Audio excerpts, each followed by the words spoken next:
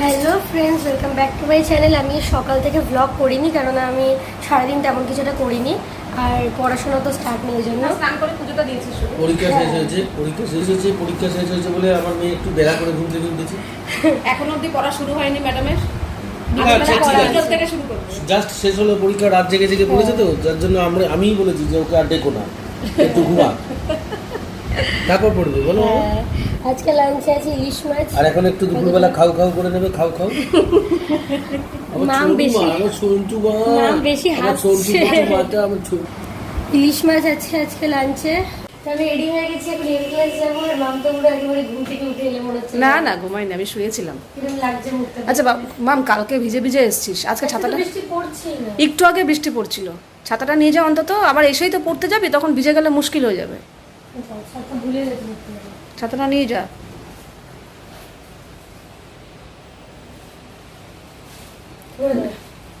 So আবার you class থেকে এসে পড়া আছে, তারপরে আবার বাড়ি আসবো রাতে। বই গুছিয়েছিস? সব রেডি।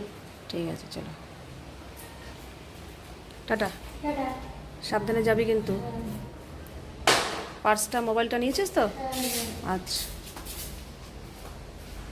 সো আমি পড়ার থেকে চলে এসেছি, আর আবার বিশাল জোরে খিদে পেয়ে গেছে। আমি ভেবেছিলাম রাস্তায় কিছু খাবো, কিন্তু আমি কিছু খাইনি, কারণ বাড়িতে এসে দেখছি ম্যাম অলরেডি রান্না বসিয়ে দিয়েছে, মানে হয়েও গেছে। তো এটা আজকে ফেভারিট ডিনার হয়ে গেল, কারণ আমার এটা খুব ভালো লাগে। এটা কেমন চমকে দিয়েছি বল? হ্যাঁ, আমি এসে দেখছি রান্না হয়ে গেছে। এখন বাজে 8:30, তাই তো? হ্যাঁ।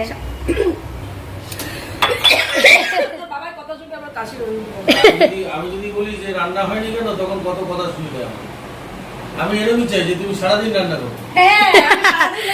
এটা ভেবেছিল কি মায়ের হাতে রান্না, তারপরে আবার এটা একটা আলাদাই ভালোবাসা, একটা আলাদাই স্বাদ। রাতে সোফাটায় শুয়ে পড়ো, আর আমি এই ঘরে, আর মা বাবাই ওই ঘরে শোবে, তুমি এখানে শুয়ে পড়ো। রান্না করে চলে এসে রান্না করে দাও, আর আমরা দুজন যেটা বলবো সেটাই তোমাকে রান্না করতে হবে। তোমার ইচ্ছে করে দিন রান্না হবে না। এটা হলেই মনে হয় ভালো হয়।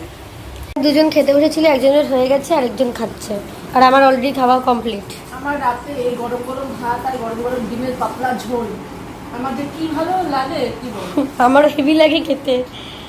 আর আমি এখন এখানে পড়তে বসেছি, কারণ আজকে আমার 8:30টার পরে পড়া ছিল, মানে পড়ার থেকে বাড়ি ফিরেছিলাম, তো তারপর আর পড়তে বসতে পারিনি।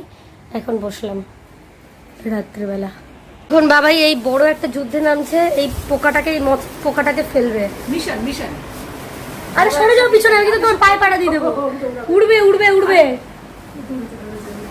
আরে দাঁড়াও, আমি যাবো না। ওই তো একদম জামা দিয়ে বাইরে ফেলে দাও। শোনো,